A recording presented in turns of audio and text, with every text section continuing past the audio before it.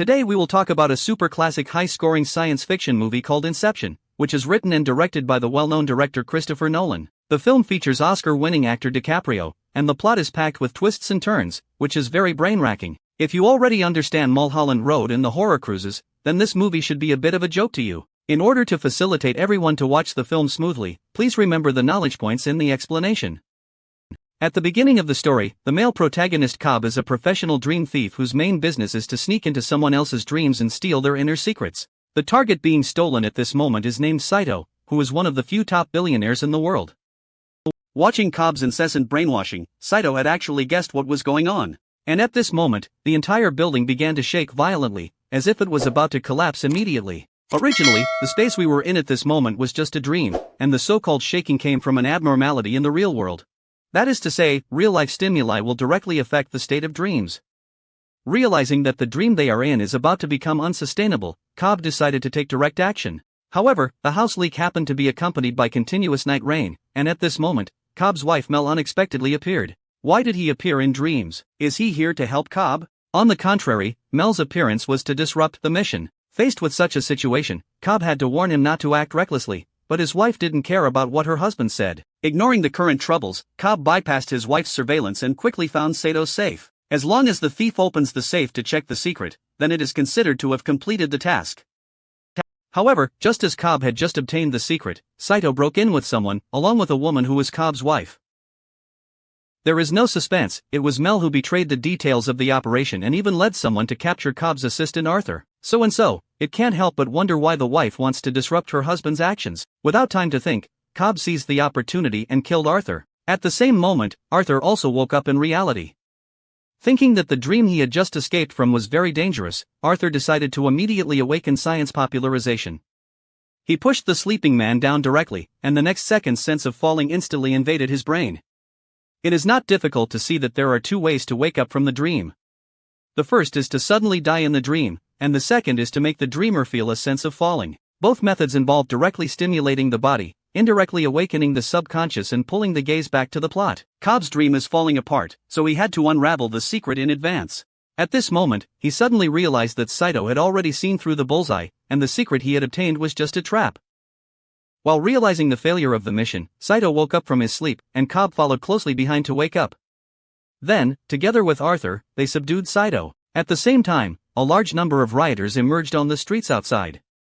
They were furious, smashing, looting, and burning, seemingly to rescue Saito. Seeing the urgency of the situation, Cobb directly confronted and interrogated the target, attempting to uncover what the so-called secret was. At this moment, Saito remained unusually calm and slowly refused to disclose any information. I was a bit anxious when I heard about the science popularization here, and I admit that if my team fails the task, their employer will come and silence me in 2 days. After saying these words, Cobb no longer cared and stood up, throwing the other person to the ground. Tell us what you know now!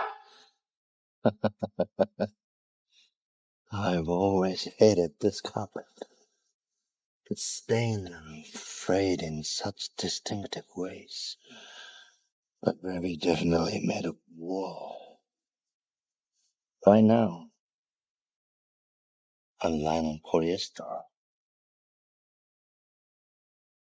which means I'm not lying on my carpet in my apartment. You have lived up to your reputation, Mr. Cobb. Still dreaming. It turns out that Saito is calm and composed because he finds himself still in a dream, which means that the current environment is not reality, but a true dream. As the rioters outside rushed into the room, the environment of this dream also collapsed. Immediately afterwards, everyone suddenly woke up on a train. The original story was that Cobb and his team had the first level of dreams on the train, and then had the second level of dreams based on the first level. Although these dreams had a high success rate for the target, the person named Saito had a strong subconscious, so everyone ultimately failed their mission. While Saito had not yet woken up, Cobb and his team quickly evacuated the scene. Seeing this, I think many people have been persuaded to continue watching the film, because the film is too complicated. The following commentary will explain 7 knowledge points. Old Ironers must understand them before looking down. The first knowledge point is about career classification. In addition to dream thief, there are 4 other important professions in dream medicine. Remember, they are dream maker, disguiser, pharmacist, and forerunner. Inception Master specializes in psychology, using words and actions to extract the inner secrets of targets. The dream architect is responsible for designing the architecture and environment of the dream, and it must be noted that any design is a concrete form of consciousness. Therefore, once the dream architect's heart collapses, the architecture and environment will no longer exist. The disguiser is responsible for transforming into someone else to confuse the target, which can be understood as Sun Wukong's 72 transformations. The pharmacist is responsible for keeping everyone awake and dreaming for a long time, and the final forerunner is responsible for collecting information about the target, and then adjusting the way and method of the task based on the intelligence. The second knowledge point is the inception process. In reality, dream thieves will identify a dream owner before taking action, and after the dream owner falls asleep, they will create a specific dream environment. Please note that this dream was designed by the dream architect in advance, and then the dreamer will sleep the target and enter the dreamer's dream by connecting the dream with it. At this time, the dreamer's dream is called the first-level dream. In order to create a more realistic feeling, the Inception team will build on the foundation of the first layer, and if unable to create a second-layer dream. Taking the plot of this film as an example, the first-level dreamer is the dream builder, and the second-level dreamer is the forerunner Arthur.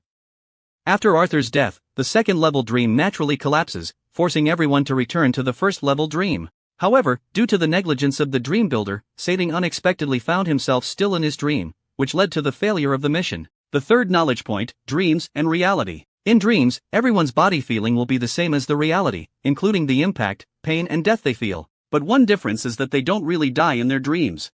In addition, ordinary people only stay in the first level of their dreams, while dream thieves can enter the second level or higher and maintain clear memory from beginning to end. The latter involves taking a pharmacist's sedative and undergoing special dream training. The fourth knowledge point, subconscious. Everyone has a subconscious, and in dreams, the subconscious will transform into a defender to protect the host. Taking Picking Binds as an example, his subconscious has undergone dream training to prevent invasion, so he is highly aggressive in his dreams. The second-level painless attendant is the defender, and the rioter appearing on the first level is also his defender. Once the subconscious senses that the host is threatened, it will definitely find ways to find the host to protect it. So when the first layer of Saito issued a distress signal, there were incalculable rioters, which also caused the shaking of the second layer of dreams. Here, it is important to mention that the woman Mel who appeared in the task was a defender from the Ministry of Science, and her behavior violated the principles of the subconscious. This will be explained later. The fifth knowledge point, safe deposit box. Everyone has secrets, and in their dreams, everyone creates a safe and hides the secrets inside it. The sixth knowledge point, time flow rate, limited time, will increase by 12 times when placed in dreams. That is to say, if you want to dream for an hour, the time displayed in the first layer of dreams is 12 hours, and the time displayed in the second layer of dreams is 12 hours. Multiplying by 12 hours can be understood as the feeling of 1 day in the sky and 1 year on the ground. The seventh knowledge point is to break free from dreams. As mentioned earlier, one can return to reality through death or falling. However, there is another way to do so, which is to wait for the end of the dream time. Taking the plot above as an example, everyone in the second level dream, including Saito, can wait for n hours before returning to the first level. However, the dreamer Arthur in the second level is killed, causing the dream to collapse and causing everyone to die, returning to the first level. By the same principle, the first-level dreamer was killed by the rioters when building the dream, so after the dream collapsed, everyone returned to reality. It is not difficult to see from here that waking up from a dream starts from the back, rather than crossing levels and returning directly to reality. In summary, as long as you master these 7 knowledge points, the following movie watching will be much smoother. There are a few more knowledge points to remind everyone to focus on following the above plot. After the mission of the Inception team failed, Cobb and Arthur prepared to escape.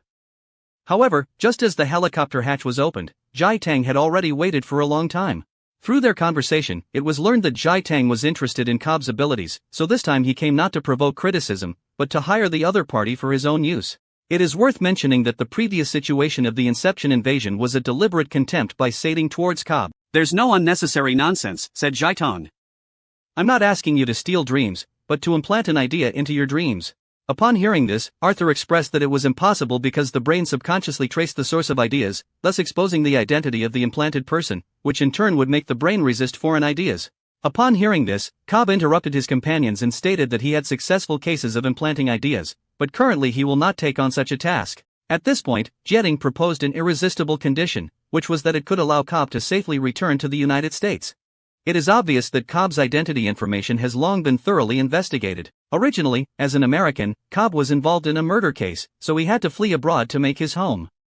How complex is the idea? Simple enough. No idea is simple when you need to plant it in somebody else's mind. Seeing that the other party had already yielded to their own conditions, Jai Tang recounted the details of the mission. The owner of an energy company is about to pass away, but his only son, Fisher, will inherit the estate. Cobb only needs to implant an idea in Fisher, and the idea is to make him abandon the energy company. This will help Saito clear commercial barriers and monopolize the energy industry he operates in. Knowing that Saito had a way to save himself from innocence, Cobb agreed without much thought. Later, Cobb began to form his own Inception team. He first flew to Paris, France, and then found his father-in-law who was teaching here. He used to be a teacher in the Department of Science and a senior professor of architecture. Through a close conversation between the two, my father-in-law recommended Jenny, the most promising student in the college. In order to test the other party's ability, Dream Builder Cobb took out a pencil case and only asked them to draw a maze. At the beginning, the design was somewhat primitive, until Jenny drew an impeccable prototype. Considering that the apprentice was still stuck in theoretical books, Cobb led Jenny on a dream journey. In the dream, Cobb talked about some knowledge about dream builders, emphasizing that what is designed must conform to rules and that the goal must not be aware of how the dream begins. Jenny, who was humble in her studies, became more and more surprised as she listened. It turned out that she didn't know she was dreaming now. As dreams on the streets began to collapse, real buildings and objects began to crumble everywhere. Anyone would be shocked by this situation, let alone Jenny, who has been dreaming for the first time. Suddenly waking up in an instant, Jenny's expression was full of disbelief. Cobb next to him continues to explain the knowledge points, attempting to help the other person quickly integrate into the character. Then the two of them entered their dreams again for practice, and Jenny's demonic talent began to bloom. After just a few hours of learning, the so-called apprentices can easily construct any object, and the displayed skills are even more impressive. It can fold the city into a mirror image, or create an endless bridge one by one. However, as the construction became increasingly outrageous, the defenders of the Ministry of Science recognized Jenny as an intruder and began to launch attacks. Without time to react, Cobb's wife Mel appeared again and surprisingly charged forward with a knife to stab Jenny. This made Jenny break free from her dream first, and she also developed a stress response to the scene just now. It is obvious that the feeling of death in the dream is incredibly real. Cobb, who has long been accustomed to these things, is very calm, but he is not sure if he has returned to reality. At this point, Arthur explained that dreams and reality are easily confused, so each dream thief must carry a totem close to their body. A totem is a small object of weight, and its uniqueness is only known to themselves. For example, Arthur's totem is a sieve, while Cobb's totem is a gyroscope. If the top of the dream doesn't fall, it means you're still in the dream. If the spinning top falls down normally after dreaming, it means you have returned to reality. Totems are the only proof of distinguishing reality from dreams, which is why every dream thief must have one. In addition, Arthur said that whenever Cobb enters a dream, his wife Mel will inevitably appear. This is because Mel committed suicide by jumping off a building in reality, which leads to Cobb's excessive self-blame and his ability to summon his wife uncontrollably in the dream. Not long after, Arthur began teaching Jenny to learn dream-building techniques, including the famous closed-line contradictory architecture. No matter what kind of maze and scene you want to design, you must use contradictory buildings to hide the boundaries of the dream and leave some hiding places to avoid the tracking of target defenders. At the same time, Cobb left France and arrived in Mombasa, Kenya, where he successfully found the disguiser Ares. Iris has a very impressive skill. He can not only transform into anyone in his dreams, but also fabricate some rare tools at will. Subsequently, pharmacist Joseph was unearthed, and through their conversation, it was learned that Joseph could help everyone enter the most challenging third layer of dreams. Thus, the Inception team, led by Cobb as the captain, Arthur as the trailblazer, Jenny as the dream builder, Iris as the disguiser, and Joseph as the pharmacist, was officially established. Later, 6 people, including Saito, arrived in the city where Fisher was located. Based on the intelligence mission objectives collected by former traveler Arthur, the relationship between Fisher and his father is very tense. Therefore, when implanting ideas, we must not blindly copy and forcefully flee, but can only instill a hint in an emotional way to push Fisher to plant a seed in his heart, a seed that wants to give up his father's energy empire. Subsequently, the Inception team finalized the details of the task, with an initial action time of approximately 10 hours. Secondly, they must use the third layer of dreams with the highest difficulty and success rate. Unlike before, Joseph's medication can make the brain run faster, thus prolonging the duration of dreaming by 20 times. Simply put, in reality, if the action time is 10 hours, then the first layer of dreams is 8 days, the second layer of dreams is 160 days, and the third layer of dreams is a full 9 years. In addition, when each layer of dreams needs to be forced to wake up, special music will be used to remind higher-level people. Time passes quickly, and after several people's final discussion, the specific plan is as follows. In the first layer of dreams, the disguiser Ares will become Fisher's uncle, and then imply that Fisher's father still has a will. The second layer of dreams turned Fisher and his uncle into enemies, in order to strengthen the first layer and make the implanted seeds stronger. The third layer of dreams allows Fisher to find the will, and the content of the will is to abandon the energy empire. In summary, all the action details and plans of the Inception team have been arranged. However, before taking action, everyone must come up with a way to approach Fisher and let him sleep for more than 10 hours.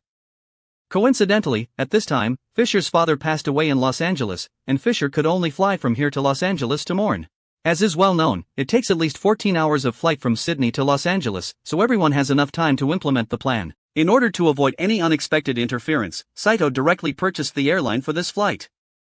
After everything was discussed properly, everyone took their own orders and began preparing for the work. That night, Jenny walked out of the room after tidying up and happened to see Cobb dreaming. Thinking that his energy was a bit mysterious, Jenny wanted to sneak into Cobb's dream and take a look.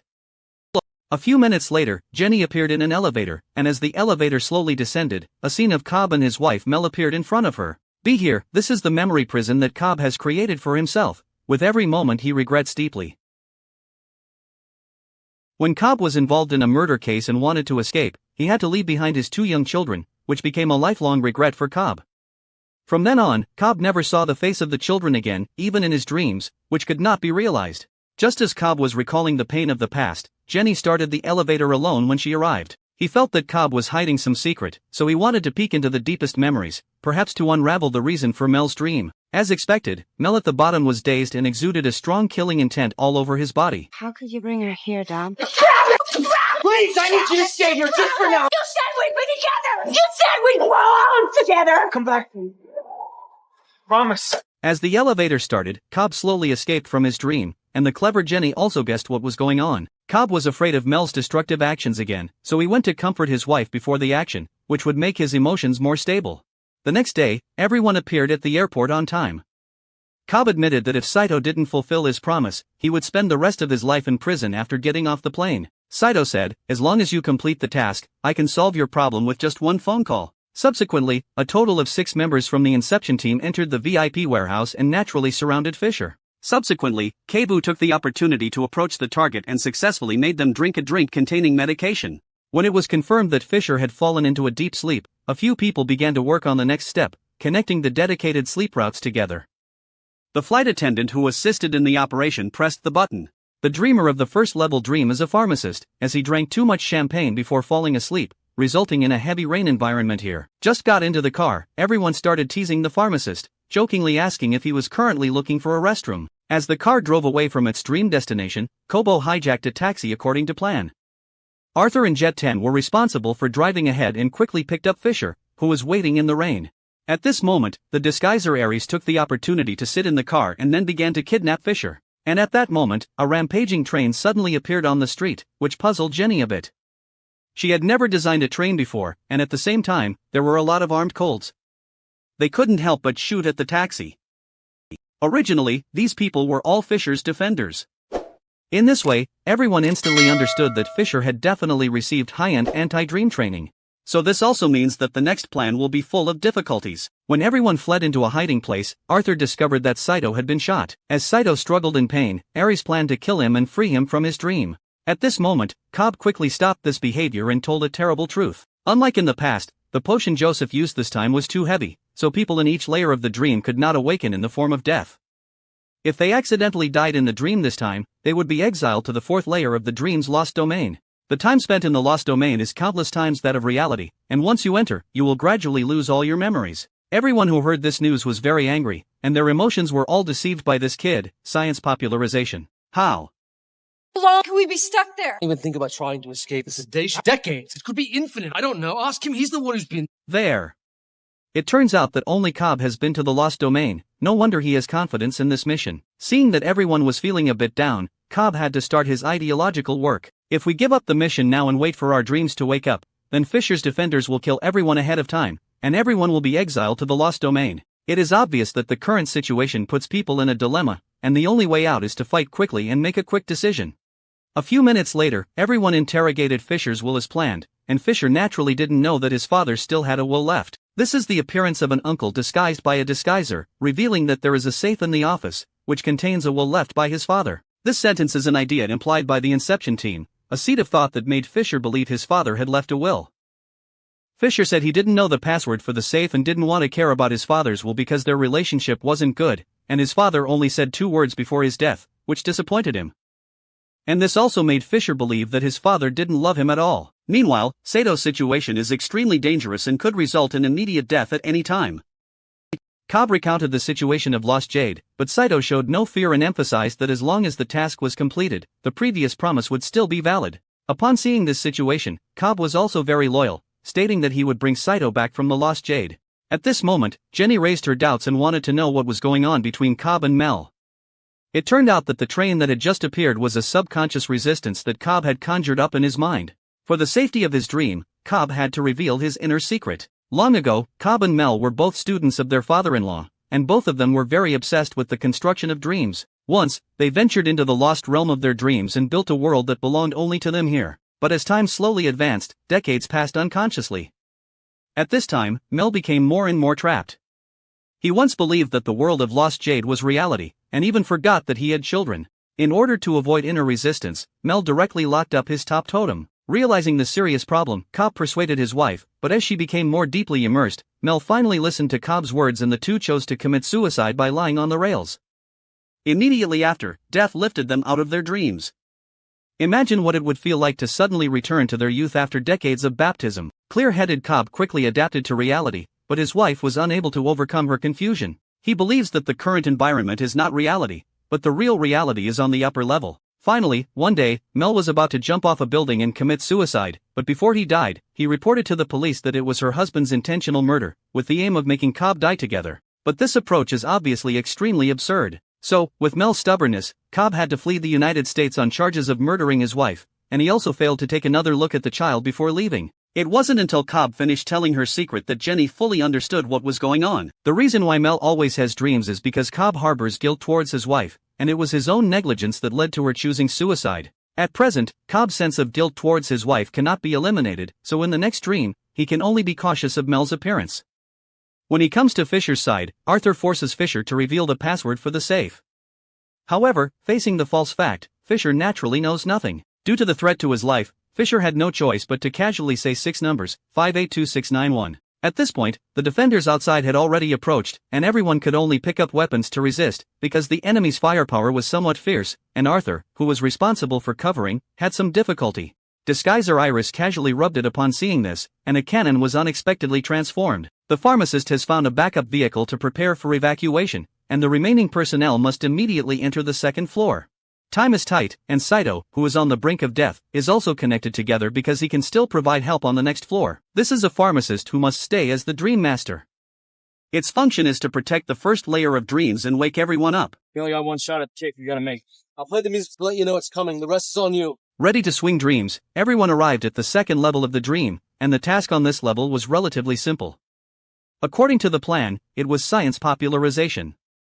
They found Fisher and directly confronted him, claiming to be the security expert in the opponent's dream. In this way, it can make Fisher understand that he is in a dream and also smoothly gain the trust of the other party. Don't let Fisher recall where he is now. So, Fisher quickly thought of his experience in the first layer of dreams and told Cobb that there was a group of people who wanted to steal the safe. Cobb said, "Why are you here?" That only means that someone wants to steal secrets from your brain. However, when Fisher read out 528691, Cobb immediately stated that there happened to be a label in the hotel called 528. Obviously, the purpose of the Inception team's actions was to confuse Fisher, making him feel that the first layer of dreams was a reality, and convinced that his father had a safe containing a will. At the same time, Arthur installed some explosives below room 528, with the aim of detonating them when the dream is over, in order to create a sense of falling for the people in room 528.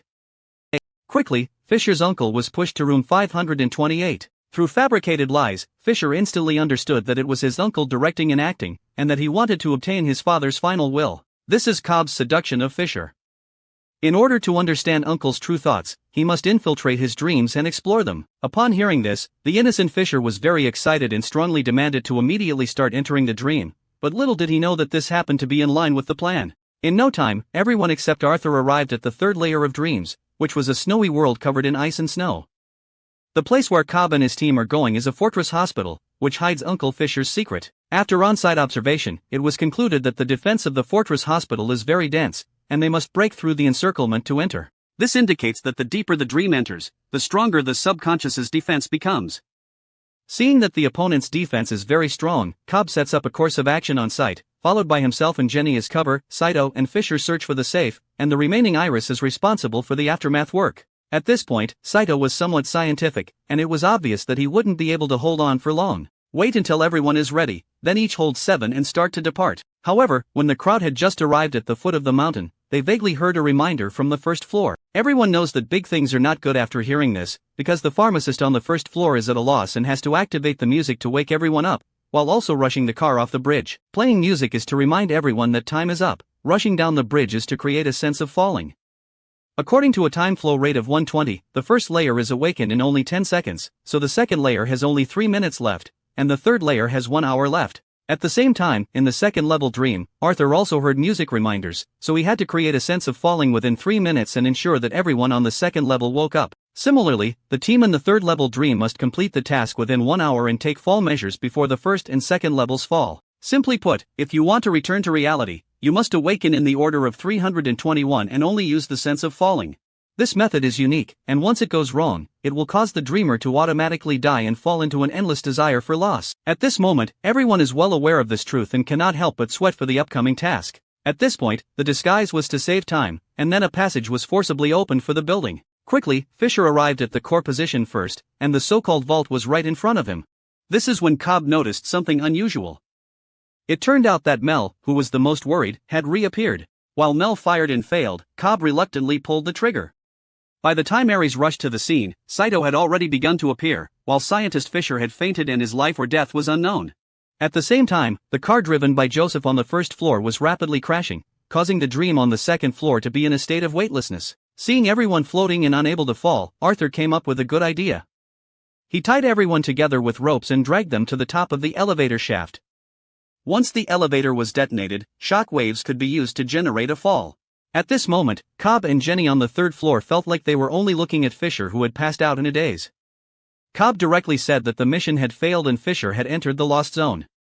They must immediately deploy an explosion to blow up the hospital, so that they can synchronize the fall on the previous floor and return to reality. Iris was very regretful upon hearing this. Despite being one last step away from the mission, as long as Saito walked into the safe in front of him, he could see that will complete the mission. At this point, Jenny believed that Fisher still had hope. Based on the increasing time flow rate of the dream, if you enter the lost realm at this moment, there is completely room for casting. That is to say, you can now enter the fourth layer of the dream, search for Fisher, and wait for the third layer of music to remind you to take a fall. This way, you can bring Fisher's consciousness back, because the target at this moment is in a coma state, so the remaining Ares must use an electric shock to revive the useless shot. Upon hearing that the method was reliable, Cobb immediately began a live dream meeting with Jenny. In the blink of an eye, Jenny woke up on a beach, which was the famous fourth layer of Dream Lost Jade. The Lost Domain is a public area in dreams that does not belong to anyone, but anyone can build it here at will. Cobb and his wife Mel once came here and spent about 50 years here. Originally, Lost Desire was an empty and barren land, but after being crafted by the Cobb couple, it has now become a sizable city. On the other hand, the dream master of the third layer of dreams, Ares, began to set up bombs, but Saito could no longer hold on and used his final strength to perish with the defender. Looking back at the fourth level dream, Cobb and Jenny quickly found Mel. The reason why we need to find Mel first is because Cobb knows his wife too well, and she will definitely catch Fisher to blackmail him. As expected, Mel asked Cobb to stay and slowly grow old with him. Facing his beloved wife, Cobb felt endless guilt in his heart. At this point in the plot, a very obscure truth slowly unraveled. Originally, Cobb's persuasion to his wife was unsuccessful, so he thought of implanting an idea for his wife. The so-called implantation was to open Mel's safe and then rotate his totem top, because the top would not stop rotating for a long time, which made Mel realize that he was in a dream. Unexpectedly, Cobb's wife, who returned to reality, was still influenced by her thoughts and ultimately chose to commit suicide uncontrollably. In this way, Cobb deeply regretted it, and it also made his subconscious wife his nightmare. During the conversation, the third layer of dream music sounded outside as a reminder, and Cobb had no choice but to promise his wife to stay with him, and successfully found out where Fisher was hiding. Quickly, Jenny found Fisher and was about to jump off the building to achieve a fall. At the same time as Iris was electrocuted and shot dead, Fisher, who was in the same class, also woke up. At this time, Cobb asked Jenny to take Fisher with him because he knew Saito should have died. I can't stay with her anymore because she doesn't exist. The only thing you do believe in anymore. I wish more than anything, but I can't imagine you with all your complexity, all your perfection, all your imperfection. You're right. Look at you, just a shade. You're just a shade of my real wife. And you are the best that I can do, but I'm sorry, you're just not good enough. This doesn't feel real. What are you doing? Improvising. Fei Shou successfully woke up on the third floor and then walked towards the safe under guidance. This vault was hinted at as Uncle's secret, but in reality it was a reflection of Fisher's inner self. No one would have thought that the scenes inside would make people cry. Fei's father was about to die, but when he saw his son panting again, he trembled and said that he was not disappointed, but did not want to see his son walk his old path again. Father's words completely broke Fisher's defense. Enter 528491, open the safe, and it turns out to be his favorite windmill of the same year. It turned out that his father did not love him, but loved him very, very much. Looking at his father who had already swallowed his last breath, Fisher could no longer control himself. Ares on the side saw that the goal was achieved, and then decisively pressed the explosion button. With the collapse of the third hospital fortress, Arthur on the second floor also detonated the elevator, and the car on the first floor fell into the water. Taking Jenny on the fourth floor as an example, she jumped off a building on the fourth floor and woke up on the third floor, then fell on the second floor through the blasting line on the third floor, and finally woke up on the first floor through the impact of the elevator on the second floor. In the order of 4321, everyone woke up safely in the first dream, but Cobb and Saito were sunk to the bottom of the sea. Fisher, who arrived on the shore, told his uncle that his father wanted to tell him through a will that he must create his own path, rather than inheriting the legacy and surviving. It is obvious that the implantation task of the Inception team was successfully completed, and at the same time, it also led to a reconciliation between Fisher and his father, which is also a kind of happiness. Meanwhile, Mel lying in Cobb's arms is about to die. You remember you asked me to marry you. Yes. You said you dreamt that we'd grow old together. But we did. We did, you don't remember.